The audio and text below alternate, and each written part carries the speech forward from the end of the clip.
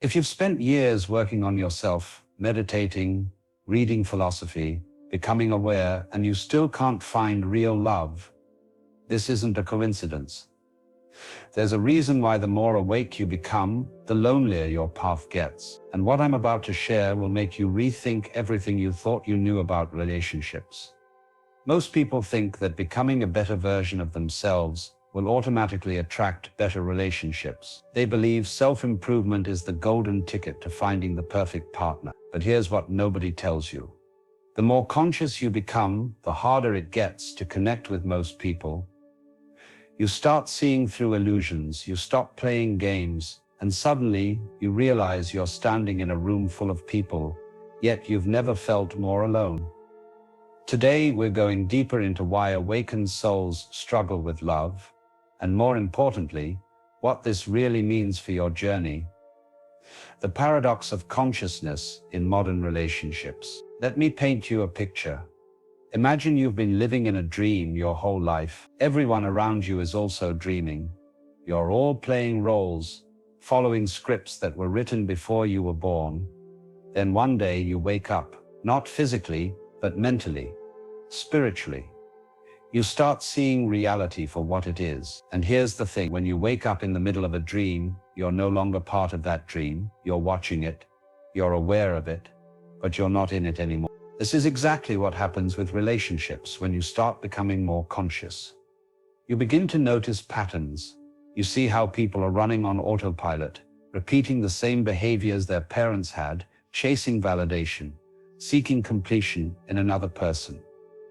And you can't unsee it. Once you understand that most relationships are built on need rather than genuine connection, you can't just go back to playing the game. Most people are looking for someone to complete them. They've been sold this idea through movies, songs, and stories that there's someone out there who will make them whole. A soulmate. The one, but when you start doing inner work, you realize something profound. You're already whole. You don't need someone to complete you, because you're not incomplete. And this realization, as beautiful as it is, creates a massive gap between you and most people in the dating world. Think about it. The average person approaches relationships from a place of lack. They're looking for security, validation, entertainment, or escape from their own emptiness. They want someone to make them happy, to give their life meaning, to fill the void they feel inside. But you've done the work. You've sat with yourself. You've faced your shadows. You've learned to be comfortable in silence. You've discovered that happiness isn't something you get from another person. It's something you cultivate within yourself.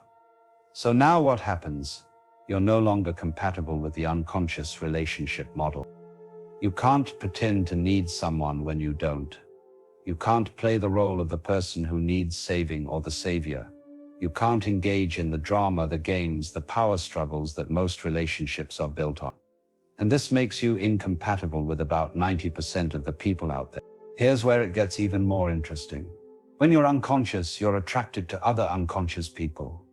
Your wounds match their wounds. Your patterns fit their patterns. It's like two puzzle pieces that click together perfectly, except the picture they create is toxic, but it feels familiar. It feels like home, because it mirrors what you learned about love growing up. This is why people keep ending up in the same type of relationship over and over again with different faces. But when you wake up, those puzzle pieces don't fit anymore. You look at the drama and you're not interested. You see the manipulation, and you walk away. You recognize the red flags early because you've learned what they look like, and suddenly, the dating pool shrinks dramatically. Not because there are fewer people, but because you can see clearly now. You're not hypnotized by chemistry anymore. You're not confused by intensity for intimacy. You understand the difference between attachment and love. And society doesn't prepare you for this. Nobody tells you that consciousness comes with loneliness, that seeing clearly means you'll watch most people stumble around in the dark, that understanding yourself deeply means you'll rarely meet someone who's done the same level of work. We're sold this idea that self-improvement will make life easier. But the truth is, it makes life more real, and reality isn't always comfortable. Most awakened people go through a phase where they think something is wrong with them. They wonder why they can't just be normal, why they can't just settle down with someone nice and build a regular life, why they feel so different from everyone around them. But nothing is wrong with you. You're just operating on a different frequency now. You're speaking a different language, and finding someone who speaks that same language is rare. The modern dating world is built on superficiality.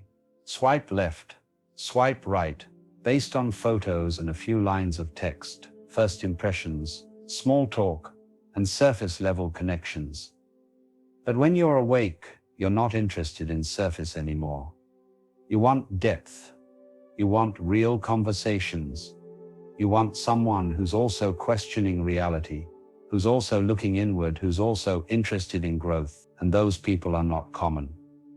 They're not hanging out in bars or scrolling through dating apps looking for validation. They're usually on their own journey, doing their own work, perfectly content in their solitude. This creates a strange situation. The people who are actually ready for a conscious relationship are often not actively seeking one, because they're not coming from lack. They're not desperate to fill a void. They're complete on their own. And so the chances of two complete people crossing paths at the right time, in the right place, with the right energy, are incredibly slim. It's like waiting for two shooting stars to collide. The illusion of romantic love and what lies beneath. Now let's talk about what romantic love actually is. Because most people have no idea. They think love is a feeling. That magical sensation you get when you meet someone special. The butterflies, the obsession, the constant thinking about them. But that's not love. That's chemistry. That's hormones. That's your brain releasing dopamine and creating an addiction. Real love is something completely different, and most people never experience it because they're too busy chasing the high. Romantic love as we know it is a relatively recent invention. For most of human history, marriages were arranged. They were economic transactions, alliances between families, practical arrangements for survival. The idea that you should marry someone because you're in love with them is only a few hundred years old. And the idea that you should stay with someone only as long as you're in love with them is even newer. We've built an entire culture around this concept, but we've never stopped to ask if it actually works. And the divorce rates suggest it doesn't. The truth is, romantic love is a story. It's a narrative we've been told so many times that we believe it's real. Boy meets girl. They fall in love, they overcome obstacles. They live happily ever after. But this story leaves out everything that actually matters. It leaves out the part where the initial excitement fades, where you start seeing each other's flaw, where real life settles in and you have to deal with bills, stress, bad moods, and boring routines. The story ends right where real relationship begins. When you wake up, you start seeing through this story. You realize that the feeling you've been calling love is actually projection. You're not falling in love with a real person. You're falling in love with your idea of them. You're projecting all your desires, fantasies, and unmet needs onto them. You're seeing what you want to see, and they're doing the same thing with you. So you're both in love, but neither of you is in love with a real person. You're in love with illusions. This is why the beginning of relationships feels so magical, because you're both performing, you're showing your best selves, hiding your weird habits, your insecurities, your baggage. You're creating a highlight reel and calling it reality. And the other person is watching this highlight reel and falling in love with it. But eventually the real you shows up. The performance becomes exhausting.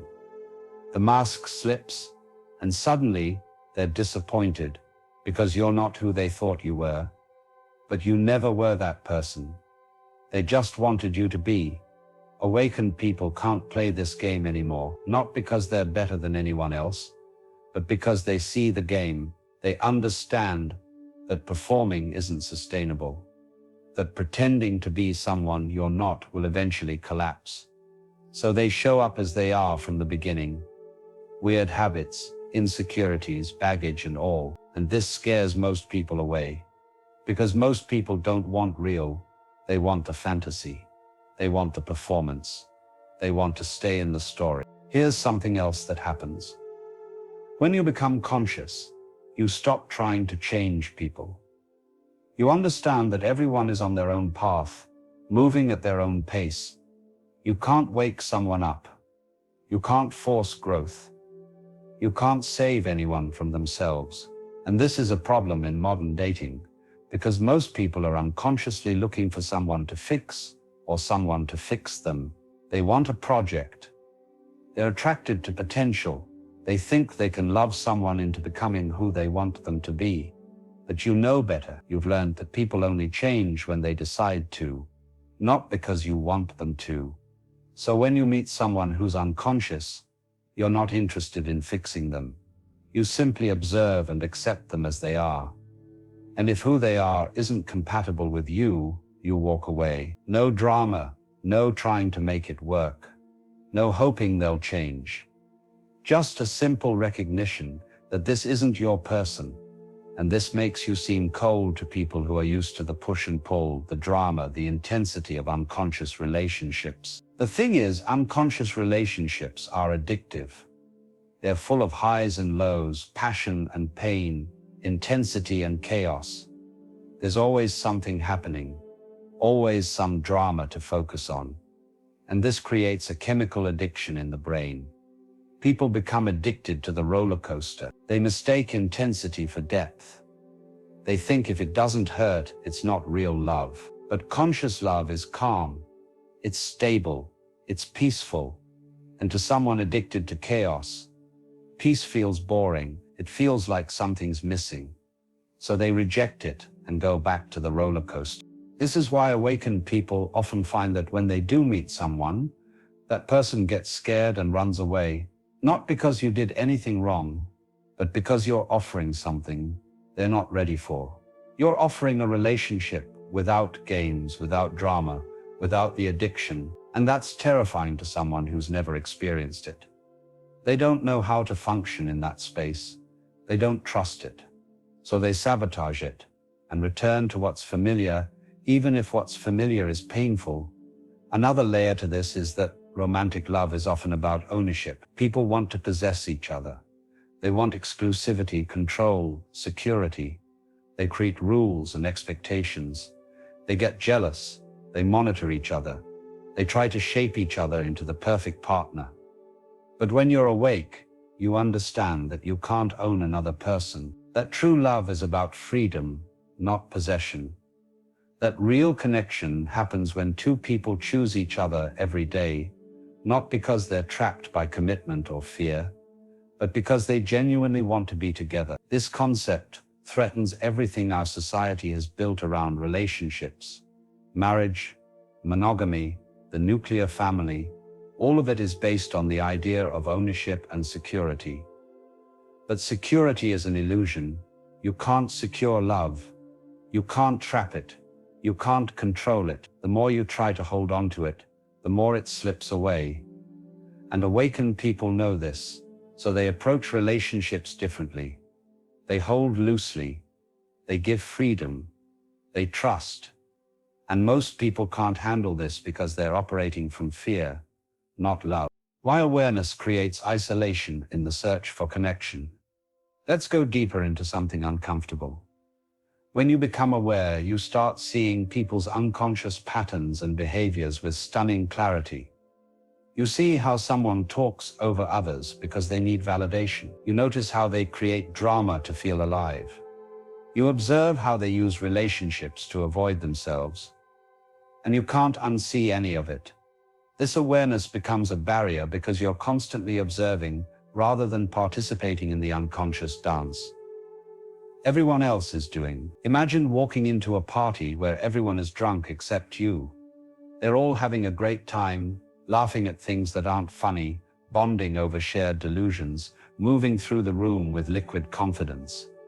You're standing there completely sober, watching all of it unfold. You can see how silly it is, how temporary that feeling is, how tomorrow they'll wake up with regret. But they're in it. They're not thinking about tomorrow. They're just riding the wave. That's what it feels like to be conscious in an unconscious world. And here's the brutal part. People can sense your awareness. They can feel that you're seeing them clearly. And most people don't want to be seen clearly. They want to hide. They want their masks to work. They want you to believe the character they're presenting. So when they meet someone who sees through the performance, it makes them uncomfortable. They might call you intimidating, intense, or too serious. But what they really mean is that you make them feel exposed. And instead of dealing with that discomfort, they distance themselves from you. This is why small talk becomes unbearable for awakened people, because small talk is a way of maintaining distance. It's a social buffer that keeps things surface level. Where are you from? What do you do? How about this weather? These questions aren't about genuine curiosity. They're about filling silence and avoiding real connection. But when you're conscious, you want to skip all of that. You want to ask what keeps them up at night, what they're afraid of, what they've learned about themselves recently. And these questions make people uncomfortable because they're not used to going there, especially with someone they just met. Society has trained us to share depth slowly. First date is light and fun. Second date, you share a bit more. Third date, you might mention something personal. It's this slow reveal, this careful performance where you're both testing the waters, making sure the other person is safe before you show your real self. But conscious people don't have the patience for this anymore. Not because they're rushing, but because they know life is short. They know that most connections will be superficial. So when they meet someone, they want to know quickly if there's potential for depth. And this directness scares people away. There's also the problem of interests and conversations. When you're on a path of awakening, your interests change. You're not as interested in gossip, drama, material possessions, or status. You're interested in ideas, growth, consciousness, meaning. You want to talk about why we're here, how the mind works, what reality is. But most people want to talk about their job, their vacation, their new car, or the latest show they're binge watching. And there's nothing wrong with any of that. But it creates a disconnect. You're operating in different dimensions. This doesn't make you better than anyone else. It just makes you different. And different is lonely. You'll sit in rooms full of people having conversations that feel empty to you.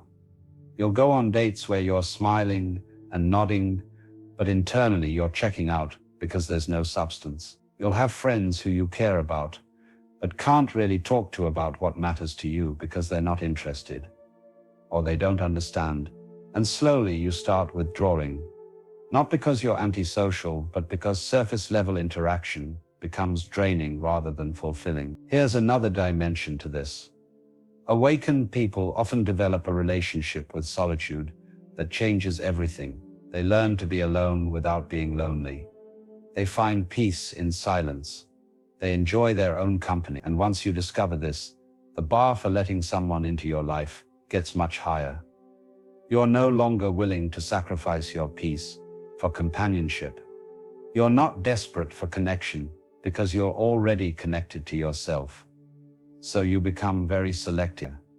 And this selectivity drastically reduces your options. Most people can't be alone. They jump from relationship to relationship because they're running from themselves. They fill their calendars with social activities because silence scares them. They need constant stimulation, validation, and distraction. But you've learned to sit in the silence. You've made friends with yourself. So when you meet someone, you're not asking, can they save me from loneliness? You're asking, do they add to the peace I've already created? And very few people pass that test. There's also a timing issue that nobody talks about. Awakening isn't something everyone does at the same time. Some people wake up in their 20s, some in their 50s, some never do. So when you wake up, you're surrounded by people who are still asleep, and there's no way to force alignment. You can't speed up someone else's journey. You can't drag them into awareness. They have to get there on their own. So you're left waiting, hoping that somewhere out there, someone is waking up at the same time you are, someone who might cross your path eventually. But here's the thing about waiting. It requires faith. Faith that the right person exists. Faith that timing will work out. Faith that you won't have to compromise who you've become just to not be alone. And maintaining that faith gets harder the longer you wait.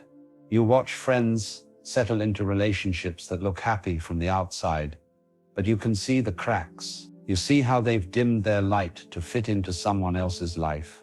And you wonder if maybe that's just what everyone has to do. Maybe there's no such thing as a conscious relationship. Maybe it's just a fantasy you've created to justify your isolation. This doubt is the hardest part because you don't know if you're being patient or if you're being foolish. You don't know if you're holding out for something real or if you're using your awareness as an excuse to avoid vulnerability. And there's no way to know for sure until it happens or doesn't happen. So you're stuck in this liminal space, not fully alone but not truly connected, watching life happen around you while you wait for something that might never come. The uncomfortable truth about conscious relationships. If you're still with me, let's talk about what happens when two awakened people actually do find each other. Because it's not the fairy tale you might expect. Conscious relationships are not easier than unconscious ones. In many ways, they're harder. Because when two aware people come together, there's nowhere to hide, no games to play, no roles to fall into. Just two people seeing each other completely, and that level of visibility is intense. In an unconscious relationship, you have buffers, you have patterns that create distance. One person chases, the other runs. One person is emotional, the other is logical. You fall into complementary dysfunctions that feel like compatibility. But in a conscious relationship, those patterns don't work. You both see them. You both understand where they come from. So you can't use them as coping mechanisms anymore. You have to actually deal with your stuff, communicate clearly, and stay present even when it's uncomfortable. This requires a level of emotional maturity that most people don't have. You have to be able to regulate your own emotions instead of expecting your partner to manage them for you. You have to take responsibility for your reactions, your triggers, your wounds. You can't blame, you can't play victim, you can't manipulate. You have to show up as an adult, fully accountable for your inner world. And this is exhausting. It's constant work.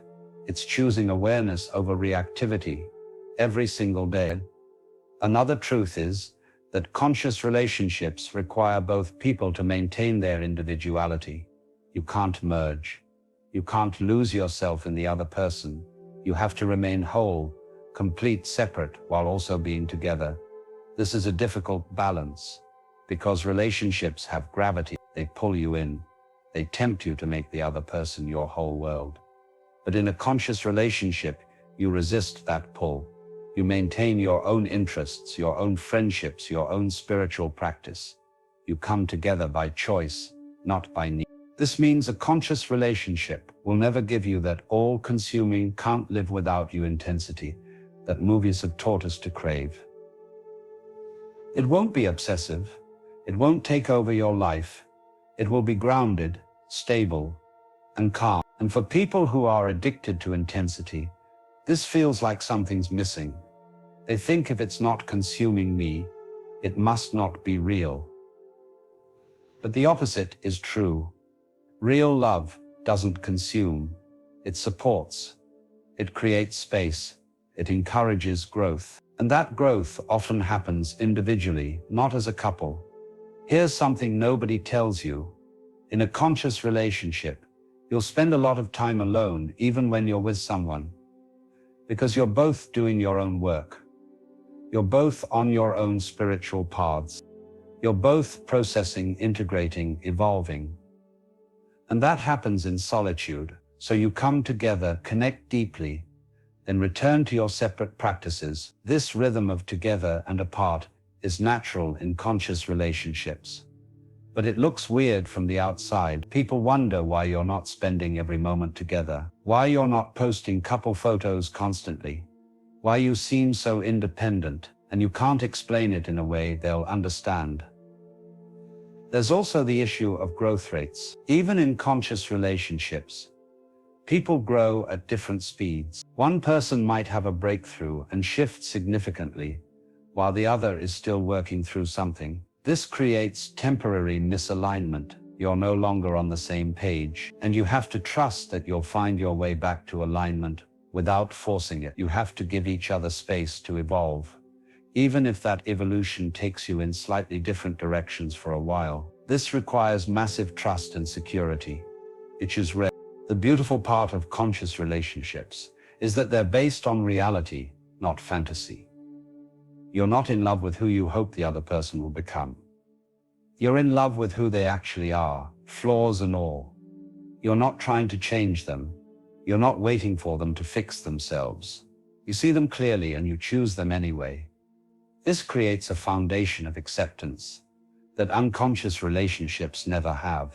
But it also means you have to be willing to be seen clearly yourself, which is vulnerable and scary. Most people aren't ready for this level of vulnerability. They want to be loved, but they want to be loved for their mask, not their truth. They want someone to fall for the edited version, not the raw reality. But in a conscious relationship, you can't maintain the mask. It will crack, it will fall, and when it does, the other person is still there, seeing all of you, and choosing to stay. That's real love. But getting to that point requires you to risk being rejected for who you actually are. And that risk keeps most people playing it safe. Another layer is that conscious relationships don't follow society's timeline. They don't necessarily lead to marriage, kids, and a house in the suburbs. They might, but they also might look completely different. They might be two people who live separately but spend time together when it feels right.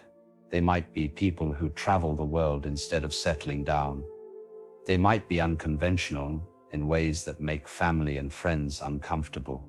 And you have to be okay with that discomfort. You have to be okay with your relationship not making sense to anyone but the two people in it. This brings up an important point. Conscious relationships require you to stop seeking external validation. You can't care what people think. You can't need your friends to approve. You can't measure your relationship against society's sands. You have to trust your own experience. Trust that what's working for you is enough, even if it looks different from everyone else. And this is hard because we're social creatures. We want to belong. We want our choices to be validated by the tribe. But consciousness often takes you outside the tribe, finding love as an awakened being. The path forward. So where does this leave you? If you're awake, if you see clearly, if you've done the work, what are you supposed to do about love? Do you just accept loneliness? Do you settle for less than what you know is possible? Do you keep waiting and hoping? Let's talk about the path forward. Because there is one. It's just not the path most people are walking. First, you have to make peace with the possibility that you might not find romantic love in this lifetime. That sounds harsh, but it's honest. Once you accept this possibility, you free yourself from desperation. You stop looking at every person as a potential partner. You stop forcing connections that aren't there. You stop trying to make relationships work that clearly don't. This acceptance doesn't mean you're giving up. It means you're surrendering the attachment to a specific outcome. And ironically, this surrender makes you more attractive because you're no longer coming from need. Second, you have to redefine what love means to you. If you're only focused on romantic love, you're limiting yourself. There's love in friendship, in creative work, in connection with nature, in service to others, in your relationship with yourself. When you expand your definition of love, you realize you're not as starved for it as you thought. You're actually surrounded by opportunities for love, just not in the package you expected. This shift in perspective changes everything. Third, you have to trust timing. This is the hardest part. You want it now. You want to know when it will happen. You want guarantees. But consciousness teaches you that everything happens when it's supposed to, not when you want it to. When you're ready, when they're ready, when the universe aligns. And you can't rush that, you can't force it. You can only keep doing your work, keep showing up as yourself, and trust that if a conscious relationship is part of your path, it will find you. Fourth, you have to stay open without being desperate. This is a delicate balance. If you close your heart because you're tired of disappointment, you'll miss the connection when it does show up. But if you're desperately seeking, you'll scare it away. The key is to remain open and available while being complete on your own. To be willing to connect deeply if the right person appears, but not needing them to appear for you to be okay. This state of open completeness is magnetic. Fifth, you might need to look in different places. If you keep going to the same types of events, hanging out in the same spaces, interacting with the same types of people, you'll keep getting the same results. Conscious people are often found in less conventional places. Meditation retreats, philosophy groups, workshops on personal growth, spiritual communities. Places where depth is valued over surface. If you want to meet someone who's awake, you have to go where awake people gather. Sixth, you have to be willing to be alone for as long as it takes. Not lonely, but alone.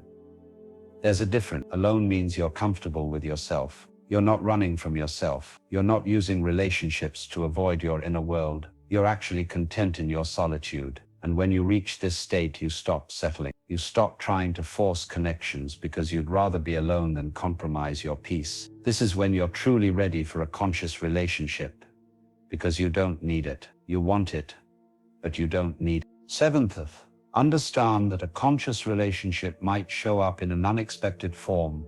It might not be the person you pictured. They might not fit your physical type. They might be older or younger than you expected. They might come from a completely different background. If you're too attached to a specific image of what your partner should look like, you might miss them when they arrive. Stay open to the possibility that love might surprise you. Eighth, keep doing your work. Don't put your life on hold waiting for someone. Don't stop growing just because you're growing alone. Keep healing, keep learning, keep expanding, because every layer of work you do makes you more ready for real love. And it also makes you more attractive to other people who are doing their work. Like attracts like. The more conscious you become, the more you'll magnetize consciousness. Finally, remember that being alone is not a punishment. It's not evidence that you're unlovable or that something is wrong with you. In many spiritual traditions, periods of solitude are seen as sacred. They're opportunities for deep growth that can't happen when you're distracted by relationship.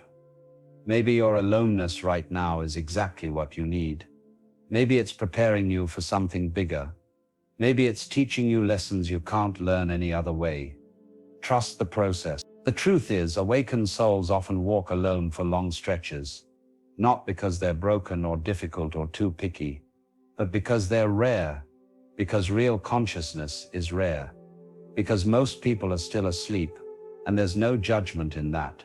Everyone wakes up in their own time, but while you're awake and they're not, you're going to feel different.